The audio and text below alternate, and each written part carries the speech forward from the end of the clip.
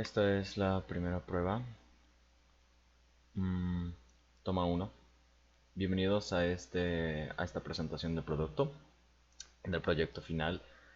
Soy un alumno del Colegio de Bachilleres del Estado de Veracruz, cursando el sexto semestre, bajo la materia de Cisco Robótica. Estoy presentando este proyecto bajo la tutoración del profesor Arturo Olmedo García. Mi nombre es José Ángel Hernández Peredo. Seré quien les está presentando dicha presentación. Todo material y toda presentación mostrada en esta presentación ha sido creado por mí.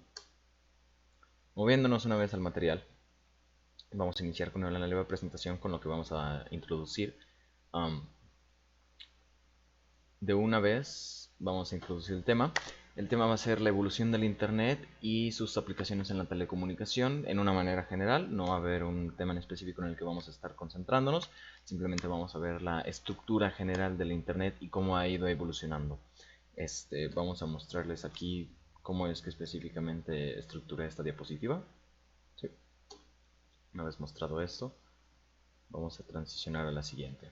Ok, entonces iniciemos con algo bastante simple, ¿no? Que con estas preguntas de aquí. ¿Qué realmente es el Internet, no? Entonces, ¿qué realmente es el Internet? ¿Por qué se ocupa lo que llamamos Wi-Fi? ¿Por qué es útil? ¿Qué causa el Wi-Fi? ¿Y cuáles son sus problemas, no? O sea, ¿cuáles son las dinámicas de esta cosa Wi-Fi? Entonces, Wi-Fi, esta palabra, está en inglés y significa Wireless Fidelity. Entonces, lo que significa Wireless Fidelity es fidelidad inalámbrica. Entonces, es básicamente la noción de que cómo puedes confiablemente transportar información de una manera inalámbrica, en la que no haya una conexión física aparente entre dos dispositivos y aún así puede haber comunicación entre ellas. Esa es la premisa completa del Internet. Entonces, ya respondimos esa. Ahora, ¿por qué es útil? Bueno, la respuesta es bastante clara. O sea, ¿por qué es útil? Pues es mucho más conveniente no tener nada entre esos dos dispositivos de comunicación que tener alguna especie de medio físico en el que tengas que invertir incentivos económicos o tiempo o esfuerzo o recursos. Entonces, la respuesta es algo que se responde fácilmente, ¿no? Es algo fácil de ver. Ahora, ¿qué lo causa? Aquí es la pregunta que realmente está pues fuerte de responder y se relaciona con esta otra que es ¿qué realmente es el Internet? Ahora, lo que nosotros entendemos como Internet es una señal. Entonces, una señal se caracteriza por dos principales cosas. Tienes un medio y tienes una variable. Entonces, en tu medio estás transportando la información y varías la información para de hecho crearla, si no simplemente tienes algo estático. Entonces, el medio es para transportarla, la variable es para de hecho crear la información. En este caso, nuestro medio va a ser la luz. Ahora, específicamente la luz visible, como nosotros lo conocemos, no es.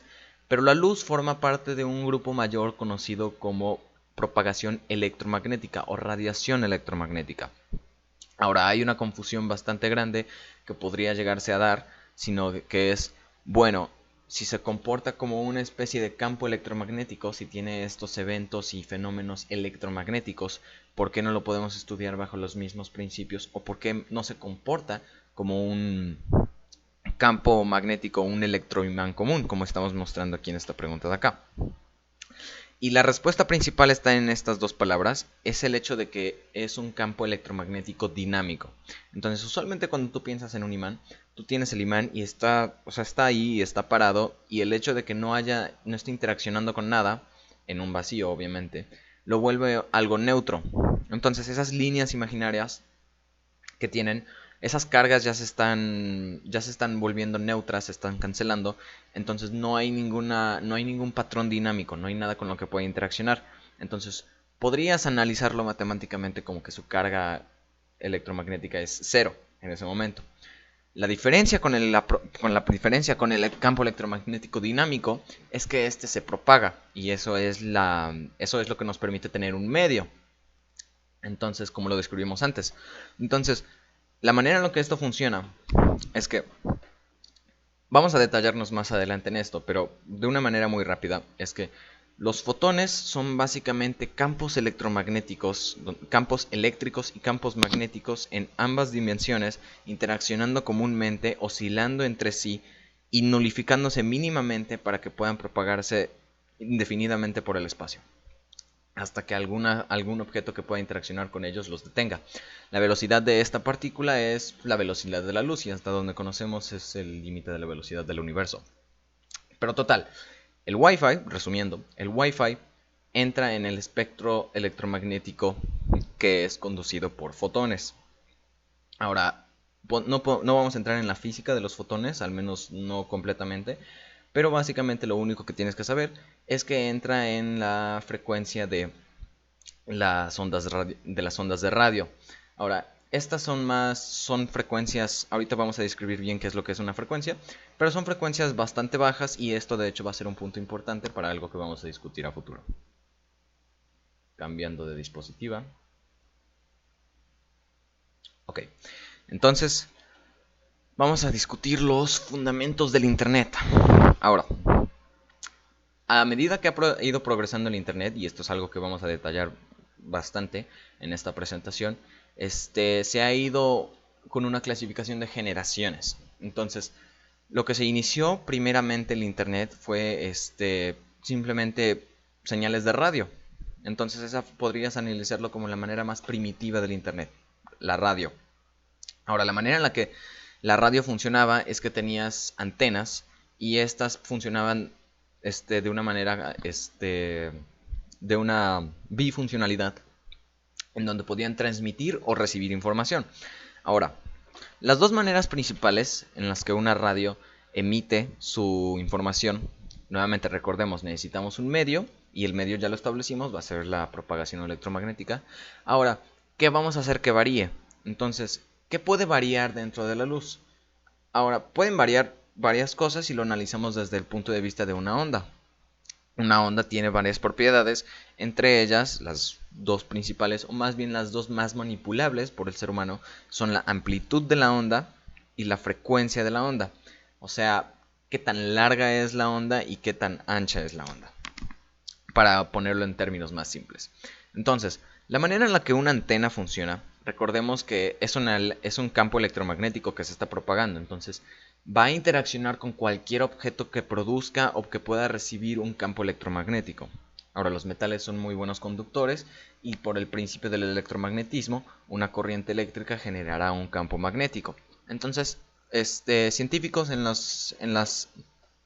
el siglo XX experimentaron con esto con un conocido experimento llamado la antena dipolo, que hasta cierto punto se sigue ocupando sus principios el día de hoy. Su forma más primitiva es la siguiente. Vamos a mostrar esto. Estas son las dos funciones principales que tiene.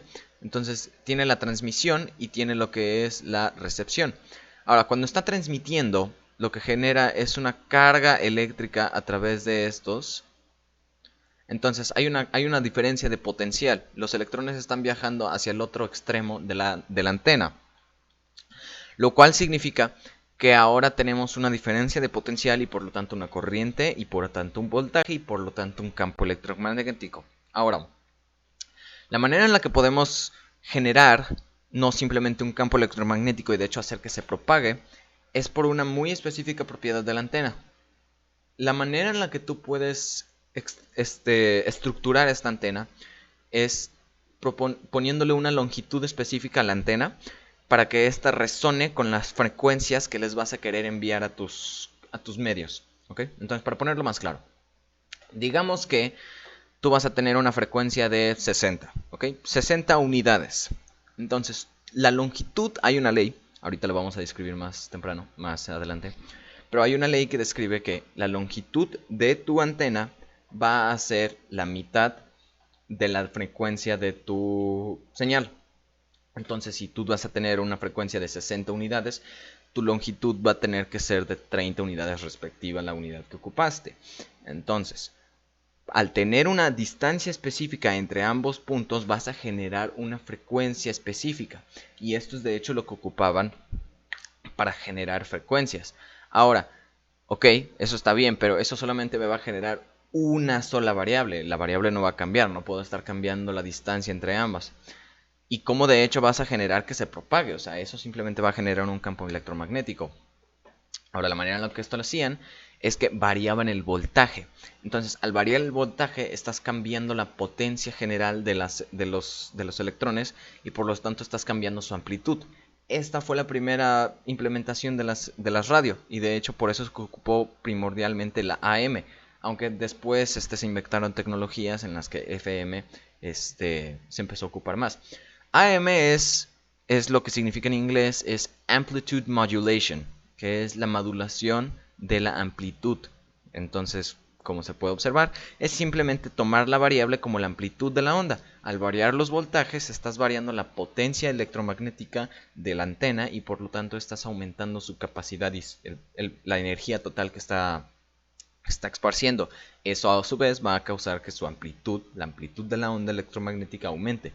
Y así es como puedes enviar señales, siendo que la amplitud sería tu variable, simplemente manejando el voltaje de la antena respectivamente. Ahora el FM funciona de una manera similar, solamente que en vez de manejar el voltaje como tal, lo que haces es que apagas el voltaje por completo. Entonces matas la señal y la vuelves a encender unos cuantos segundos antes.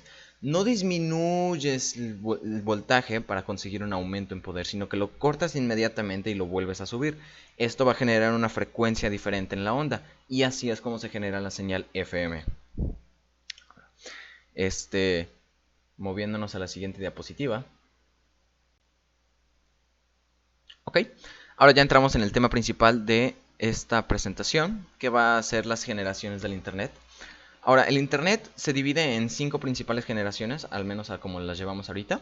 Esas serán 1G, 2G, 3G, 4G y 5G, respectivamente siendo pues las primera, segunda, tercera generación. Iniciando con la primera generación, traemos bastante de lo que ya describimos. Teníamos básicamente todo era análogo. Ahora, por análogo me refiero a que la variable no era un sistema binario como lo manejamos ahorita. No es un 1 y un 0, es una variable que está entre 1 y 0. ¿Okay? Entonces puede ser cualquiera de los números que están entre esos dos.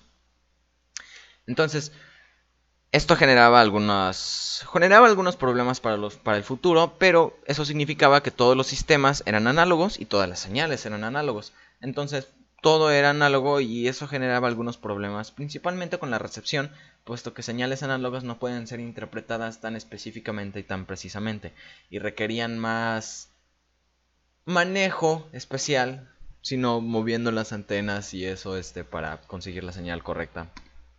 Y también limitaba la cantidad de información que podías enviar por segundo. Entonces, una de las principales tecnologías que trajeron a la primera generación es que trajo las primeras globalizaciones de las telecomunicaciones, siendo en estas tres de aquí, la nórdica, la total y la europea. Son básicamente unas coberturas satelitales que hicieron para las primeras generaciones telefónicas. No estaban disponibles comercialmente y eran exclusivas por completo. Moviéndonos a la segunda diapositiva. Ok. Aquí tenemos una descripción de la segunda generación. Ahora, lo que la segunda generación encontró es que, pues el mismo problema que planteamos en la generación pasada. No necesitábamos señal análoga específicamente y empezaron a ver los beneficios de tener una señal digital.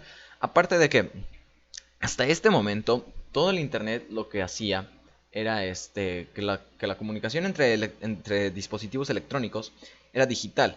Entonces la manera en la que eso se conseguía era que tenías una señal eléctrica y entre tus dispositivos eléctricos lo que básicamente funcionaba era que tu información se manejaba por bits y los bits eran básicamente la presencia o la ausencia de una señal eléctrica. Entonces, si había una señal eléctrica, eso lo podía interpretar el CPU del dispositivo como un 1, y si no había una señal eléctrica, se interpretaba como un 0. Entonces, así es como se manejaba la información en una manera digital. Era un sistema binario. Ahora, la manera en la que convirtieron estas señales, ya habían progresado hacia FM, la manera en la que progresas de una señal análoga a una digital, específicamente con ondas, es que tomas la suma total de las fuerzas, ahorita vamos a checar esto, pero tomas la suma total de las fuerzas electromagnéticas que hay entre dos puntos. ¿Ok? Y si la suma total es hacia arriba, o sea que hay un cambio neto de voltaje hacia arriba, como se está mostrando en esta onda de aquí. Si el cambio neto es positivo, o sea que hay mayor carga eléctrica, eso se interpreta como un 1. Y si la carga neta es negativa, o sea que está perdiendo electrones, hay una ausencia de carga negativa, se interpreta como un 0. Como puedes darte cuenta, pues eso va a aumentar bastante drásticamente, de hecho, la cantidad de información que puedes recompilar de una sola señal. Y esto trajo bastantes ventajas. Para empezar, la telefonía celular se empezó a explotar comercialmente, muy disponible, y empezaron los primeros, la primera generación de teléfonos celulares comerciales disponiblemente. Y también uno de los inventos más importantes de esta época es la antena de cobre telefónica. La manera en la que esto funciona es que probablemente las has visto en esta presentación de acá. Y son simplemente estas barras de cobre que están conectadas hacia algún circuito dentro de tu celular.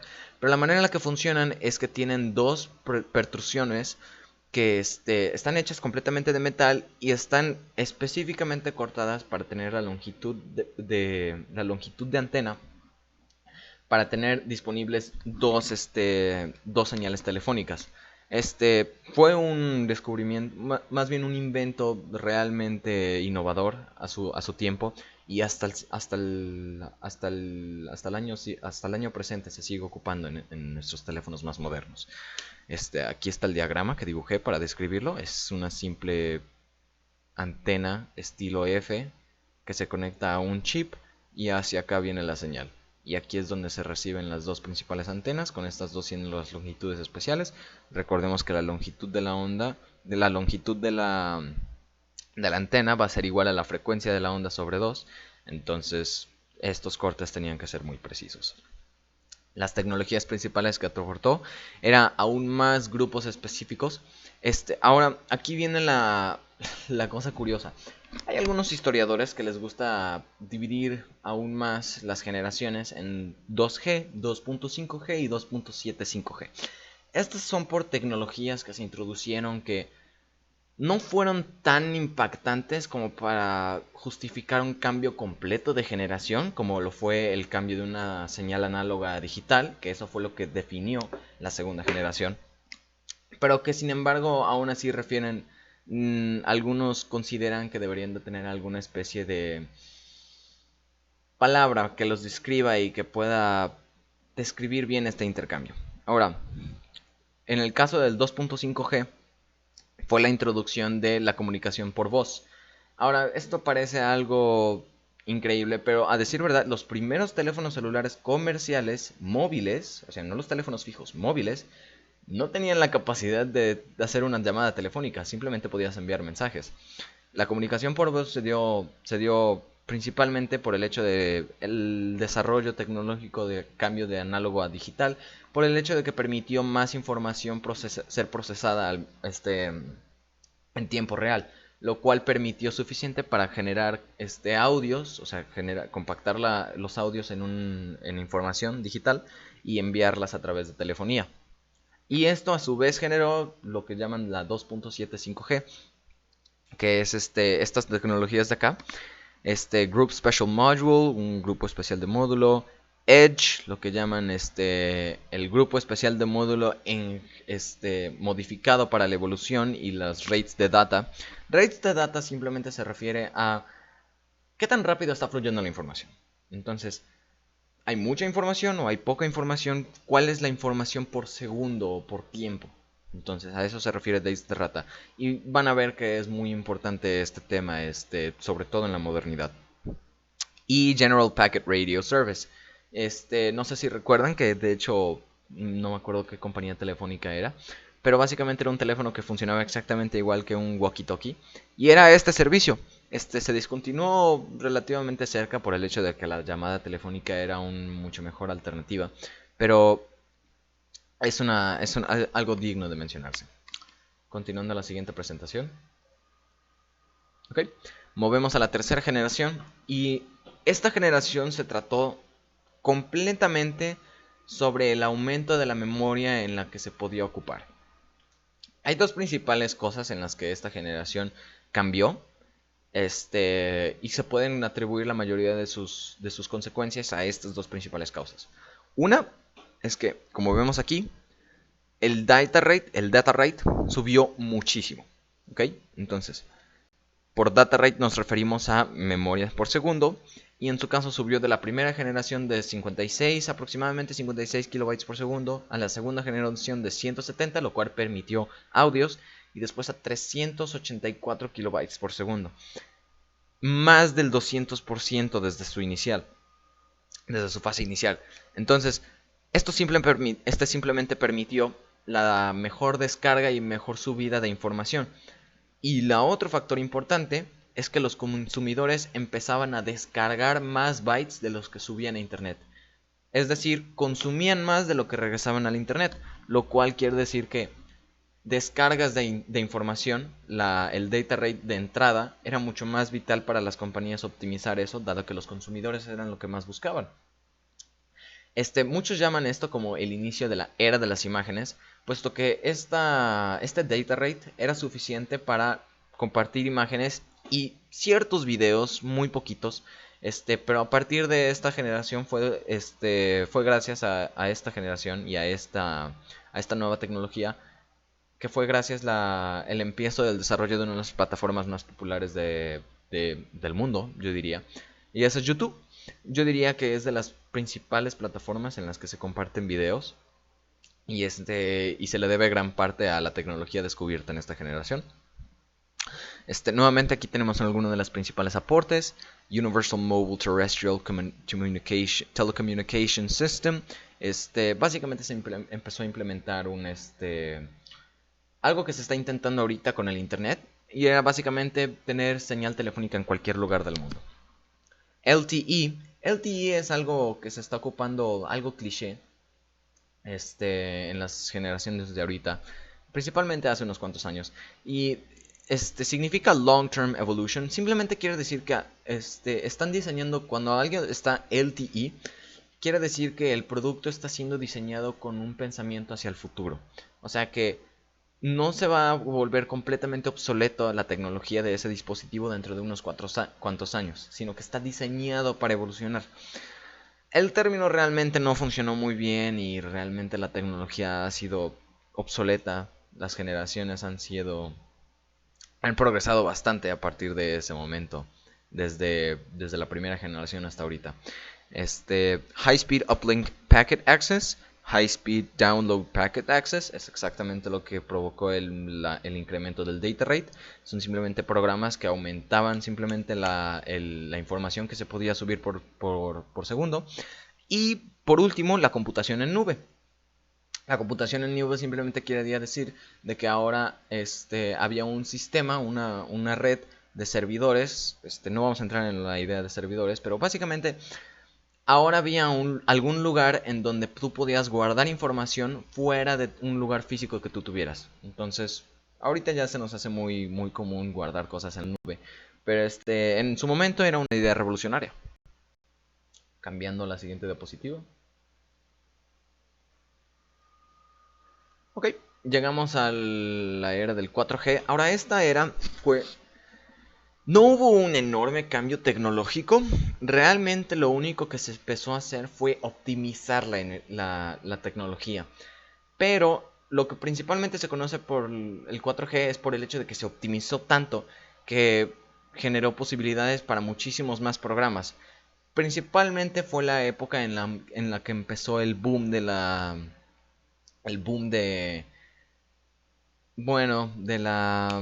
redes sociales. um, Principalmente Facebook, YouTube, Twitter, Google.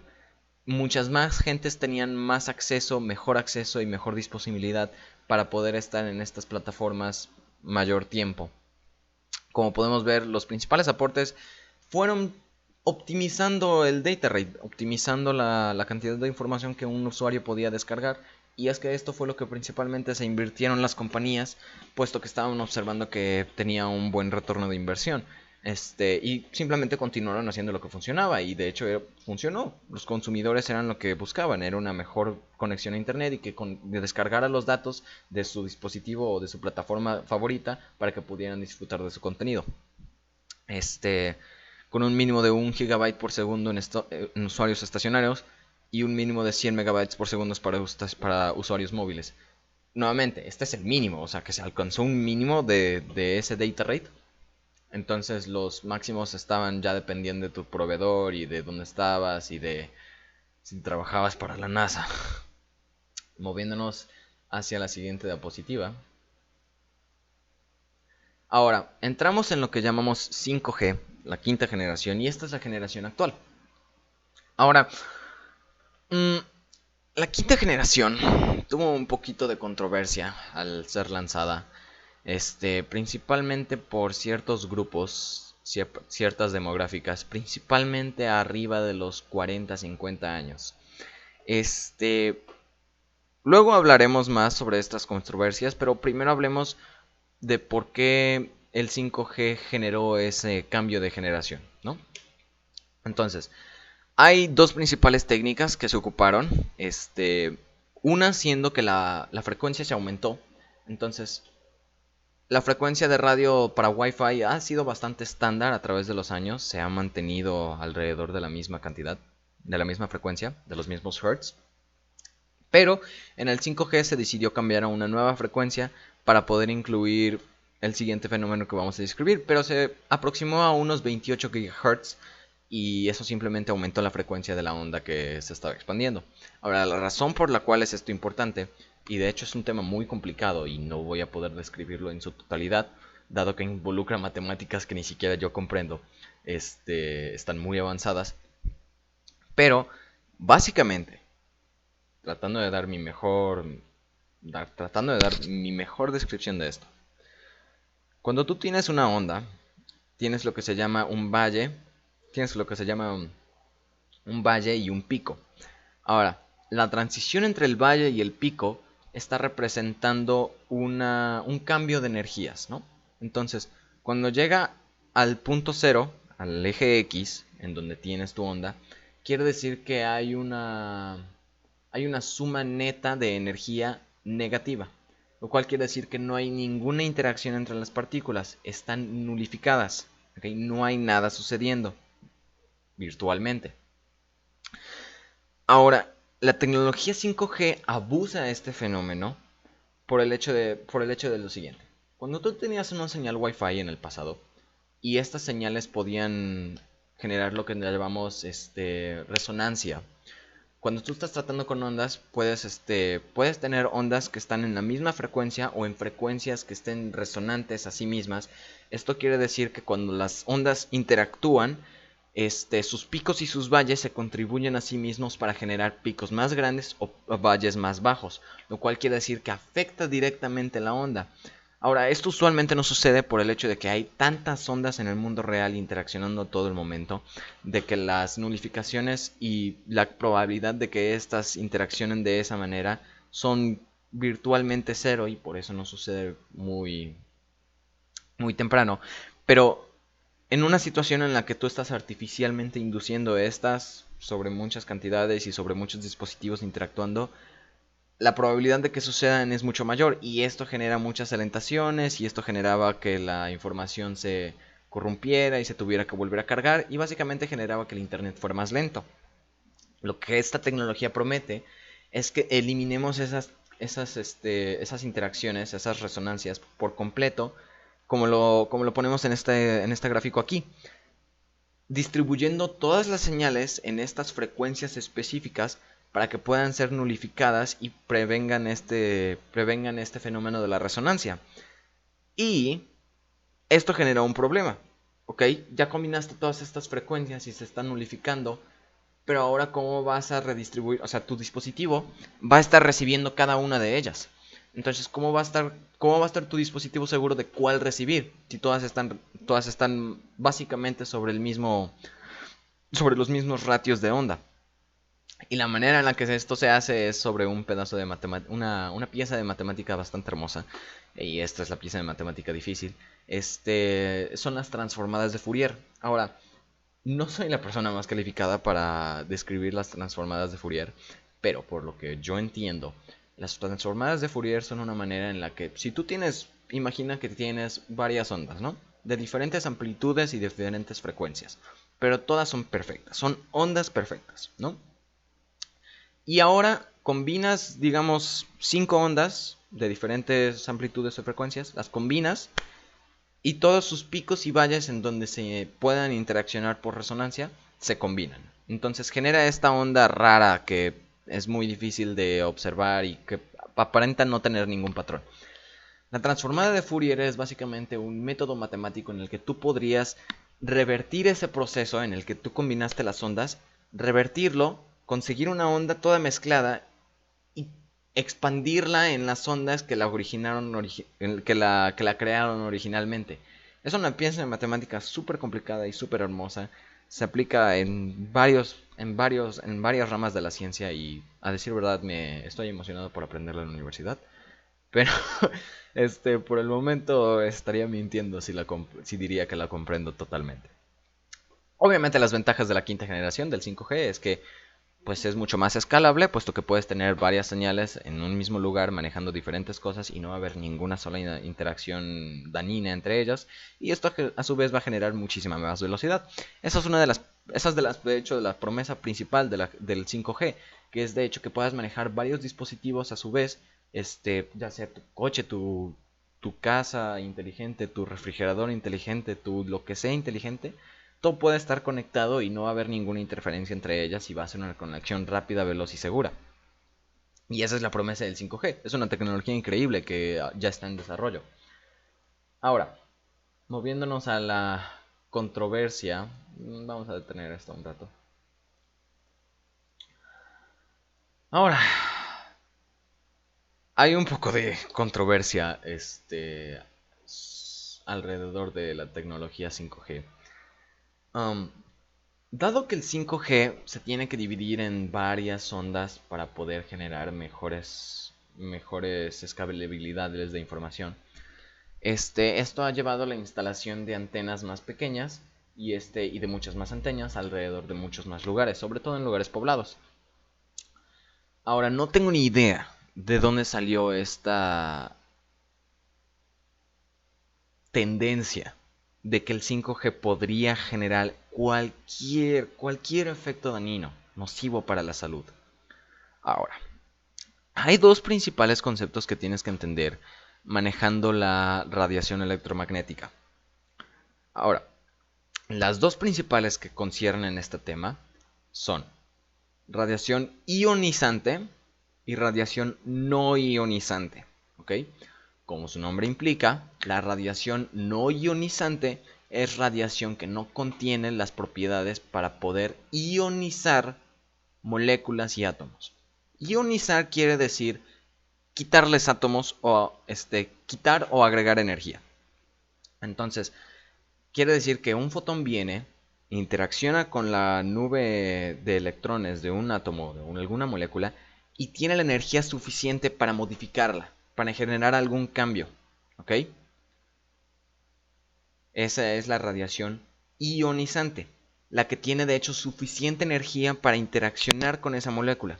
La radiación no ionizante no cuenta, es físicamente imposible que interaccione en cualquier manera y modifique la estructura molecular y atómica de cualquier cosa con la que interaccione. Es imposible. ¿Ok? Ahora, la frecuencia electromagnética del 5G entra en la radiación no ionizante. No ionizante. Esto quiere decir que no puede interaccionar con ninguna molécula orgánica. No hay manera en la que pueda interaccionar y directamente afectar tu salud, puesto que no tiene ninguna manera físicamente posible de interaccionar con tu cuerpo. No hay ningún peligro. ¿Ok? Ninguno. Es físicamente imposible. ¿Ok? Ahora que dejamos esa tontería de lado, nos movemos a la última parte de esta presentación, que es mis ideas sobre el futuro del Internet. Ahora, desde el principio se vieron dos principales transiciones en los medios que se ocuparon para la transportación, el medio de la información. Y fue principalmente el uso de electrones, es decir, señales eléctricas, que pues básicamente es manejar los electrones y enviarlos en un medio para utilizarlos como medio de información. Se transicionó fotones a mediados del siglo XX, más bien a finales del siglo XX, en donde se inventó la fibra óptica y se encontró una manera de utilizar la luz como una manera viable de enviar información. Siendo la luz 1000 veces más rápido que una señal eléctrica, claro que convenía para la velocidad de la luz, para la velocidad del internet. Y de hecho eso es en donde estamos ahorita actualmente. Estamos utilizando fibras ópticas para transportar información a la velocidad de la luz. Ahora, la pregunta es, ¿de dónde nos vamos para aquí? Es decir, lo que más está a la vista es el desarrollo de la tecnología 6G, que básicamente introduce nuevas maneras de interaccionar con los fotones utilizando teorías, teorías relativistas, que a decir verdad no entiendo muy bien. Traté de buscarlo y la matemática se vuelve muy complicada. Pero la tecnología está estimada para llegar para el 2026. Eso es lo más próximo. Ahora, lo que podría llegar a suceder es lo que algunos expertos reconocen como singularidad tecnológica. Ya se han visto en varias películas, pero es básicamente la noción de que ¿hasta qué punto va a llegar la tecnología como un desarrollador de inteligencia? Entonces, analicémoslo de la siguiente manera. Veamos la naturaleza, ¿ok? Entonces, nosotros estamos hasta arriba de toda la naturaleza. No hay ni una sola especie que esté por encima de nosotros. Nosotros somos la especie dominante. Entonces, en cierto sentido, nosotros hemos dominado a la naturaleza. Y la naturaleza fue nuestro creador. Hemos dominado a nuestro creador. Ahora, nosotros creamos la tecnología. Y nosotros creamos inteligencia artificial, creamos internet, creamos información que puede interaccionar entre sí. Lo que estos expertos especulan es que hasta qué punto será posible que nuestra tecnología nos va a dominar igual que nosotros dominamos a nuestro creador. Ellos dominando su creador, básicamente. Esto es un fenómeno que se llama singularidad tecnológica y está al corazón de lo que el Internet significa, que es tener absolutamente todo conectado. Y otro de los futuros del Internet es, como se conoce, la velocidad de la luz es lo más rápido que puede manejar, que puede ir cualquier cosa en el universo. No hay nada que pueda viajar más rápido. Entonces, el universo es bastante grande. Literalmente se mide en años luz, que es el tiempo que le tardaría a la luz recorrer esa distancia. Entonces, no ha de ser muy apelante enviar un mensaje y esperar y llegar y recibir ese mensaje un año después, si es que alcanzamos alguna especie de civilización que alcance esas distancias y requiera comunicación entre ellos. Entonces, uno de los futuros posibles que se puede observar es nuevamente un fenómeno que no comprendo por su totalidad, puesto que su matemática es muy muy complicada, pero básicamente es el entrelazamiento cuántico. Tiene que ver con un fenómeno llamado spin, que tienen ciertas partículas, y básicamente hay dos estados, ¿no? Entonces es un sistema binario. Y cuando tienes dos partículas, uno de esas dos va a tener un estado y el otro va a tener el estado opuesto. Entonces, esta relación que tienen no tiene ningún límite de distancia. Pueden estar literalmente a cualquier distancia y van a seguir conectados. Y aún así van a poder cambiar sus estados respectivamente. Esto genera una posibilidad de que puedas utilizar eso como medio de información y básicamente sería instantáneo. Es un tema súper complicadísimo que estoy muy emocionado por aprender en la universidad, pero nuevamente no lo comprendo por su totalidad en este momento. Y eso sería todo. Muchísimas gracias por prestar atención en esta presentación. Me dio mucho gusto hablar sobre este tema. Es un tema que me apasiona bastante, pues lo que está relacionado con lo que más me gusta de ciencia en general, que es la aplicación. Y aprendí varias cosas al estar investigando las cosas que requerían este video. Espero no haberme trabado mucho, espero que hayan disfrutado bastante esta presentación y que tenga buena noche o buena tarde o buen día cuando sea que esté viendo esto, ingeniero. Muchas gracias.